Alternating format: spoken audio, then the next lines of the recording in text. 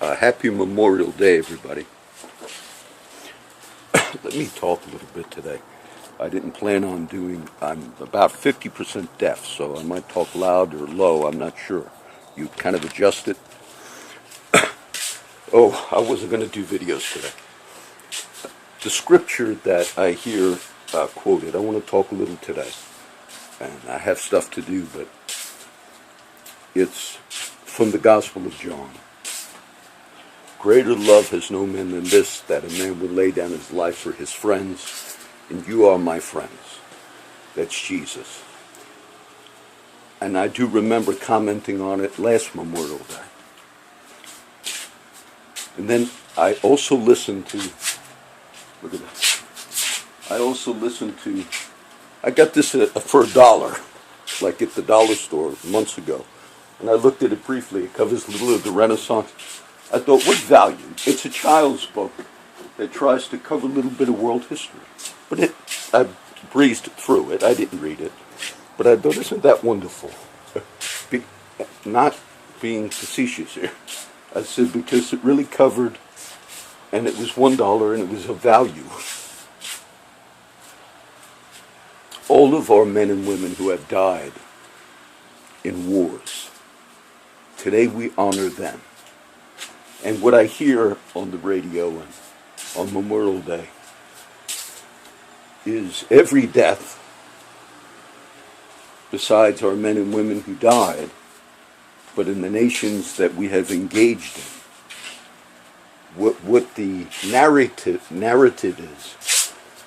is that they all died to defend the freedom of the United States. And many parents, I had an uncle.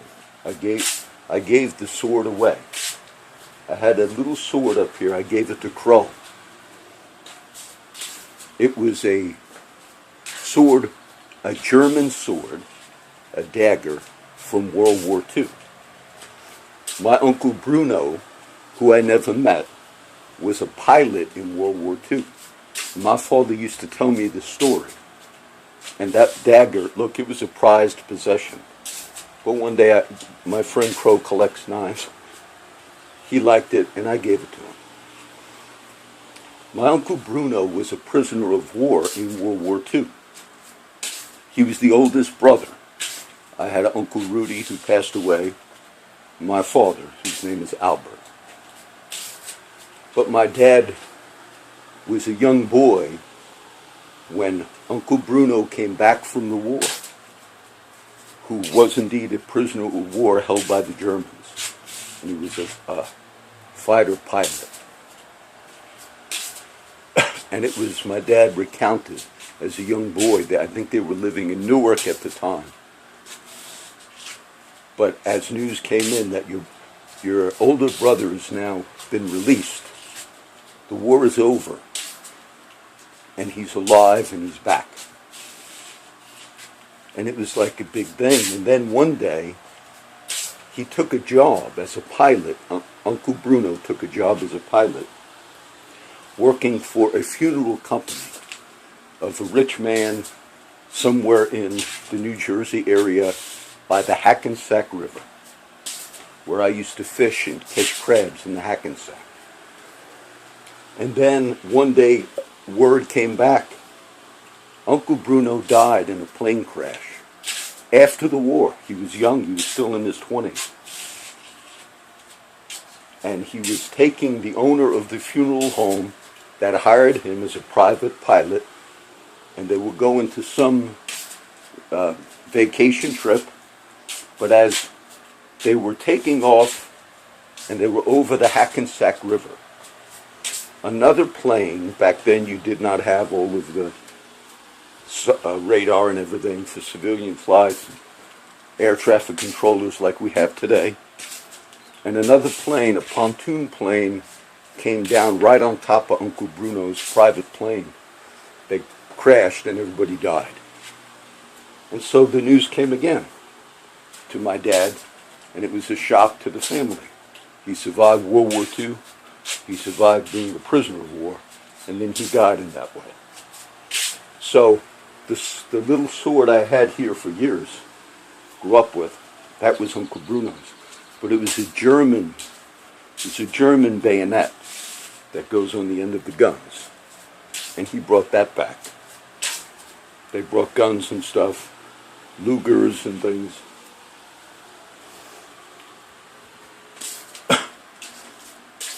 But some of our wars, and some of our sons, some of them died, and it had nothing to do with defending the freedom of the country. And even the parents of some of those kids who died, when they learned a little bit about the history of war, some of them began to question, why did my son or daughter die in a particular engagement? And I can give you, we'll talk about Iraq. Iraq was a war that some of our people died in, but many Iraqis died. And the basis of that war had nothing to do with defending the freedom of the United States. The short history of the Iraqi war, which George Bush Sr. also had an engagement, if you remember back in the first George Bush Sr. and the liberation of Kuwait. But yet their father, George Bush Sr., did not invade and go all the way into Baghdad, okay? Meaning he decided not to take Saddam Hussein out. And some questioned, should it have been done or not? Then when George Bush Jr. became president, there were people like Donald Rumsfeld and Paul Wolfowitz and others who we referred to as neocons.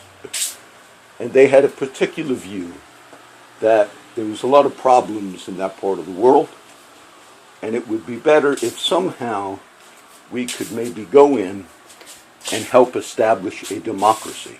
That was a political worldview. Maybe it was sincerely held by people that we refer to as neocons. And these were the people that surrounded George Bush II.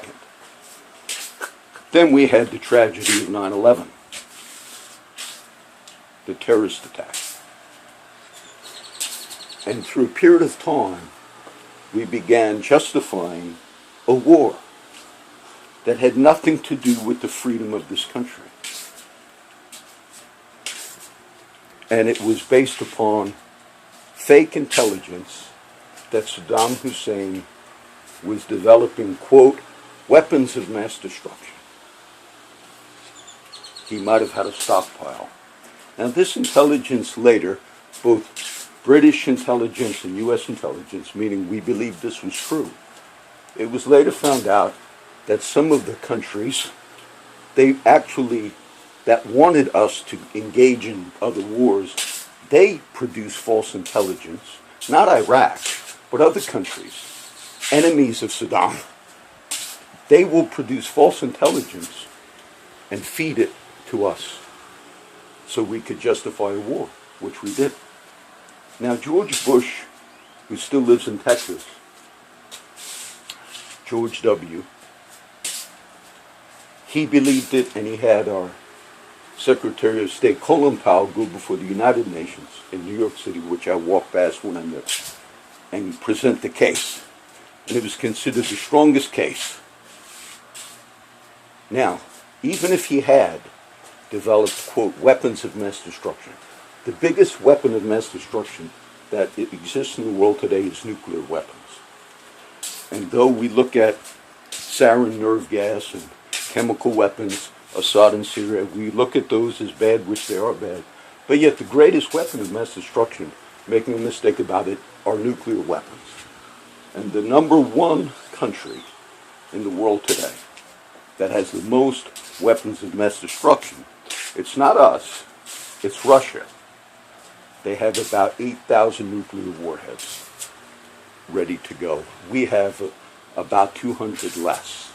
We are the two biggest countries, the United States and Russia, who are possessors of weapons of mass destruction. Make no mistake about it. But other countries also have nuclear weapons, and some develop what we refer to, these are weapons of mass destruction, other stuff. So, we had a war with Iraq. And the leader, by the name of Saddam Hussein, said, we don't have what you say we have. And we went on public TV saying he's lying. All the evidence shows that he has these weapons. Even if he had them, they were not a threat to our freedom. Because Saddam Hussein was what we refer to as a secular Muslim who had a Christian man on his cabinet by the name of Tariq Aziz. And the terrorists, those we define as extreme radicals, Saddam was not a friend of the extreme radicals. But there is an Islamic country, out of all of the ones that you look at over there, Iran, there is one that is a great supporter of terrorism.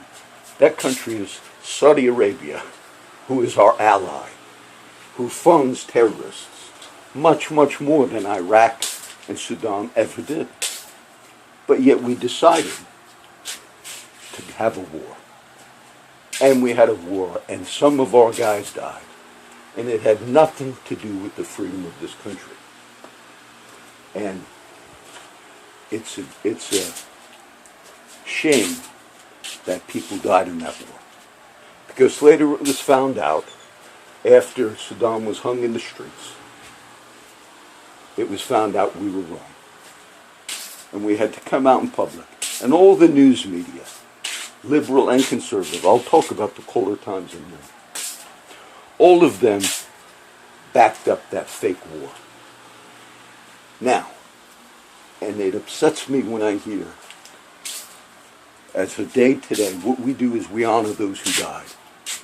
But to truly honor some of the ones who died because of political reasons, like I just explained briefly to you, and that's just one case, we should hold accountable those people. The song by Ozzy Osbourne gets a lot of play these last few years, War Pigs. War Pigs, who he wrote that years back, Ozzy. But it talks about those in power. So, some of the deaths of our people had nothing to do with the freedom of the country. And I do not disdain our brave men and women who died. But to truly honor them, we should also understand, because those who were behind some of these decisions, they want you today to not question that they made decisions that led to the deaths of innocent people. There was no cause for some of those deaths on both sides, besides the amount of people, the Iraqis, who were killed. Now, I watched some of the news yesterday. Martha Raddatz, one of the ABC, NBC, CBS, I forget if she was CBS, but she began in the morning news, Sunday shows. She said, now I want to explain to you, talking about Trump and talking about Kushner and all these things. She said, and she admitted, she said, it's obviously not wrong or illegal for Trump's son-in-law, Jared Kushner, to want to open up a back channel of communication with Russia. And she explained to the public, and she really wanted to make an effort to explain. She said, but what I want you now to see, and then she said, I want you to see everything in context. But this happened at a particular time, and then she went into it. And I just found it so self-serving, because I could give you cases. When the media reported, I'll just give you the one on Hillary Clinton. There was a lot of questions about, first of all, emails that were deleted from Hillary, wiping the server. But a lot of them that were missing were right around the time of the Benghazi, Libya debacle, where Ambassador Stevens was requesting more help because he was our ambassador in another one of our disastrous decisions, which was the Libya thing, the same thing with Gaddafi, the removal of Gaddafi, who was a strong lover of the black-skinned Africans. All Africans are not black-skinned. For some strange reason, Gaddafi believed they had a particular calling, a noble race. And that was not held by all the people. Libya is in the northern part of Africa, okay? And the history of Africa, there were many leaders who did not defend black-skinned Africans, but Gaddafi did. So it was very strange when President Obama decided to remove Gaddafi, who also was shot in the streets, with our planes flying overhead defending the so-called freedom fighters who were a bunch of terrorists and rebels. Okay? So Gaddafi was removed. Another disastrous thing. But the question about the Hillary Clinton, who was Secretary of State, it was later found out that Ambassador Stevens sent many requests to the Hillary Clinton State Department. And these emails and things were released later. And they said, oh, these groups who, quote, are hired to protect us, we hired private militias to protect the embassy, the newly formed embassy, after the, quote, liberation of Libya. And these groups were kind of terrorist, militant, and those were the security. And Stevens and his team at the newly formed embassy in Libya said even things of the nature of, we're going to get killed over here unless you send us some more help.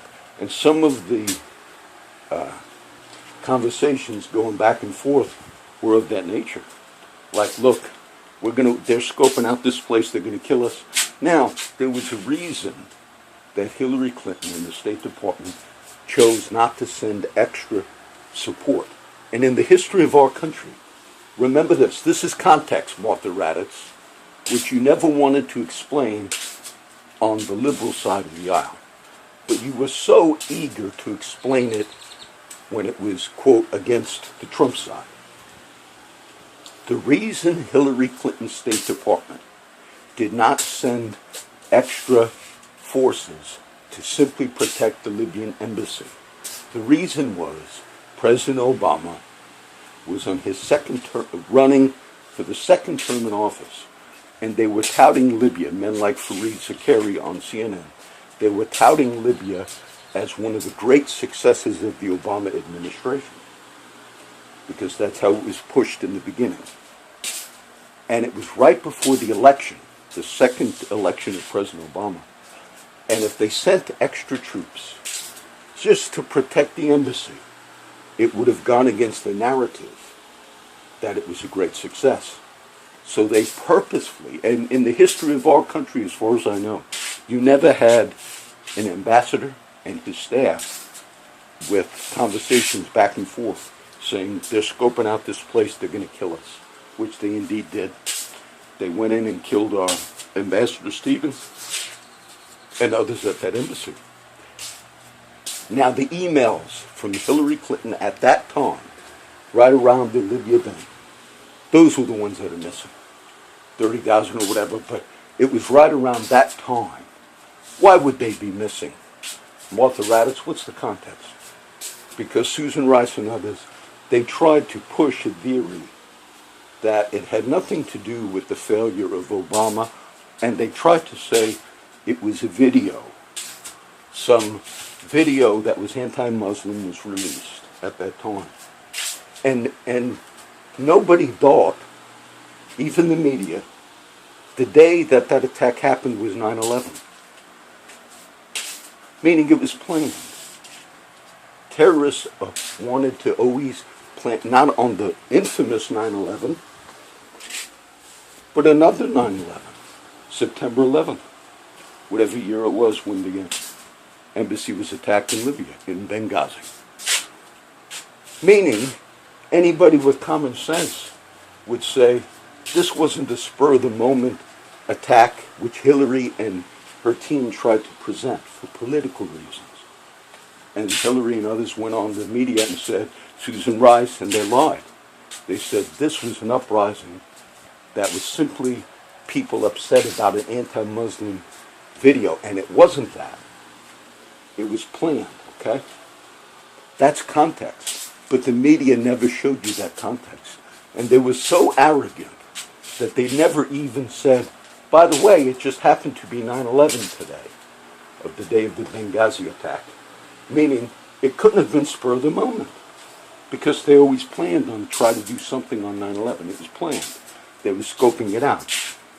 But our political people, this was the Obama administration and Hillary, they fought against what really happened in the narrative, and they tried to, and nobody in the media was concerned.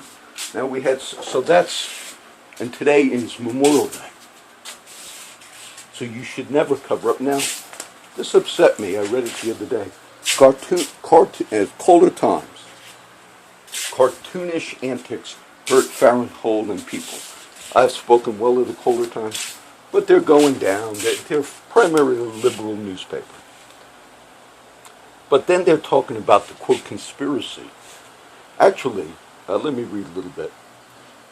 They're criticizing our representative, who is Farenthold, who I'm no big supporter of Blake Farenthold. But what he did on Wednesday on CNN reached a new low. He asserted that questions about Trump and Russia were a distraction from some other things that we need to be investigating. Namely, there's still some question as to whether the intrusion at the Democratic National Committee server was an insider job or whether it was the Russians. There are questions. There are questions. Then he said Farenthold cited as he saw stuff circulating on the internet. But there are some some that are legitimate questions. Then they say, well, all sorts of lurid stuff and unsubstantiated and true. Farenthold reminds us of the gag in the children's book, The Fairly Odd Parents. They were, in this article, they're saying anybody that questioned whether or not there was some politics at play in the Democratic National Committee at the time of the election where Trump won, that they're fools, because there was the death of a Democratic staffer who was found dead in Washington, who was shot. And it's possible that some of the leaks, the famous leaks of the emails and stuff from the Hillary campaign, it's possible some of them came from within people that were working at the DNC. Maybe they were mad because they also saw how they, behind the scenes, screwed Bernie Sanders. Some of those leaks showed us that they even found a bunch of uncounted Bernie Sanders votes a few weeks ago. So maybe people within the Democratic thing realized, oh, we're really, doing things against Bernie Sanders. I don't want to get lost in the weeds. But the thing that upset me was the Color Times said, for anybody to question that it's possible that in the politics and the things that go on in this country, for anyone to question that there are different ulterior motives, maybe somebody would kill another person, which happens in this country often. There are people that are killed because of political reasons, crimes that take place, things that go on. I could give you many cases. They would happen on both sides of the aisle. Okay?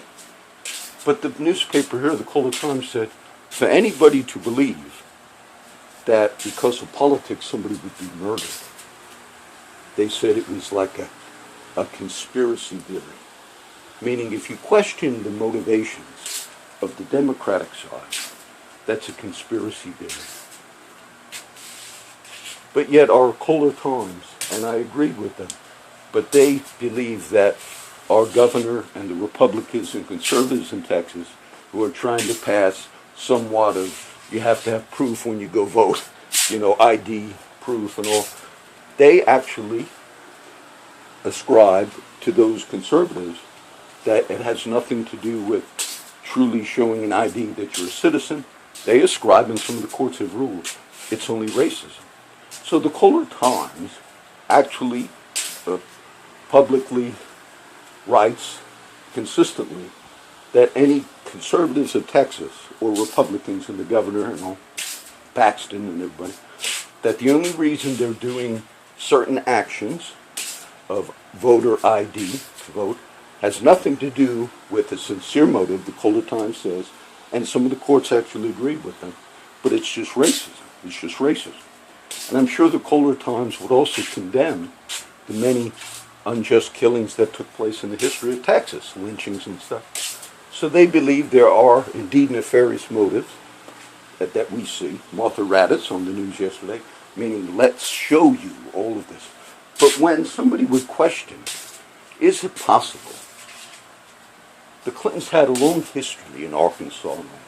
Is it possible that if somebody was leaking from inside the Democratic campaign, is it possible that anybody, maybe not a contract hit or murder, but somebody knew, man, this guy's getting us in trouble because this man, this DNC staffer, was found shot in Washington, and initially they said it was a robbery, but nothing was taken from him. And some say he might have been one of the leakers that was leaking some information. That's a possibility. But the Kohler Times characterized it as the most right-wing conspiracy theory ever hatched. But yet there's a possibility, Kohler Times, that there was some things going on. And I just find it interesting. What has this got to do with Memorial Day? Because we honor today the death of our men and women who fought in all wars. But don't ever let that honor that we give to them prevent us as a people to question whether or not we've engaged in activities and wars and killings because the people had political reasons. I gave you that just one example on the Iraq. And they should be held accountable. They should be held accountable. The debacle in Libya, after the removal of Gaddafi, the radical Louis Farrakhan, when we backed the murder of Gaddafi in Libya, he said, what is Obama doing? Gaddafi is one of our greatest friends. What is Obama doing? And how much media reported after the removal of Gaddafi and the other groups begin, and that's still a mess over there in Libya. And for the first time a few months ago, I talked about this. Blacks were being sold on an open slave market in Libya again as slaves because the people that were fighting Gaddafi, they were opposed to his view of honoring the black race. Gaddafi honored black-skinned Africans, and in the war, you had the French-speaking mercenaries from the sub-Saharan part of Africa coming all the way north to fight on the side of Gaddafi. And they were speaking French because of colonization in Africa, the history of Africa.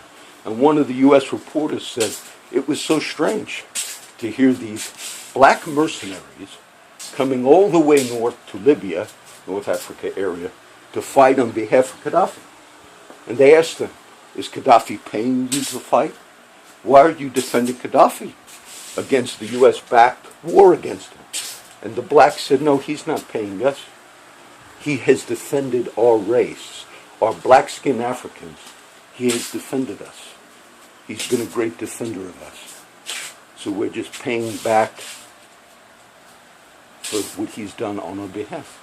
Isn't that strange?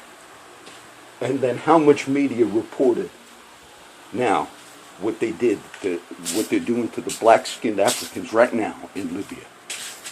And the reason the media did not want to report that, which is a disgrace, what's happened there, and it's happening there right now, is simply because they took a view that anything negative about Libya would look bad upon their liberal mindset. So they're more willing to not speak openly about blacks being sold on a slave market in Libya because they want to defend the previous Obama action. I call that hypocrisy. Because I guarantee you, if it was Trump that was involved in that action, which led to the resurrection of slavery again on the open market, you'd be pounding that every day in the media. So today we'll honor those who died. That's scripture from the words of Jesus in the Gospel of John. Greater love has no man than this, that a man would lay down his life for his friends. It does not say greater love has no man than this, that a man would kill another